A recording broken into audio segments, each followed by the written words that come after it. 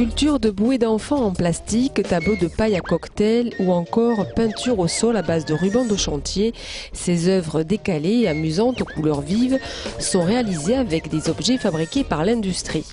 Une exposition collective où les artistes proposent une mise en forme de ces couleurs importées en réalisant d'autres structures.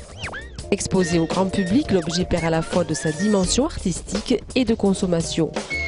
Antoine Perrault et Claude Briand-Picard travaillent depuis longtemps sur la thématique de la couleur. Oui, mais c'est de s'en servir comme un espèce de déclencheur, d'embrayeur en fait, du regard. C'est-à-dire de faire en sorte que quand on a vu effectivement un certain nombre de ces œuvres, qu'on y reconnaît des objets du quotidien, ou des matériaux industriels, etc. D'un seul coup, en dehors de l'exposition, le regard va être changé aussi parce que quand on va les rencontrer dans la rue ou les rencontrer dans sa vie quotidienne, on va avoir un autre regard dessus. Parce que d'un seul coup, ils sont des objets quotidiens qui ont leur usage quotidien et puis qui peuvent avoir un usage pictural. Partout, l'excès de couleur règne pour signaler peut-être le côté superficiel ou inutile des objets.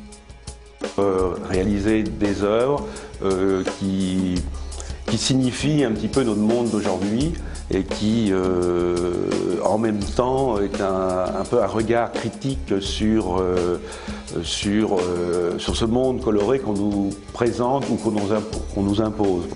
Cette provocation par la couleur donne un effet jubilatoire immédiat et garanti.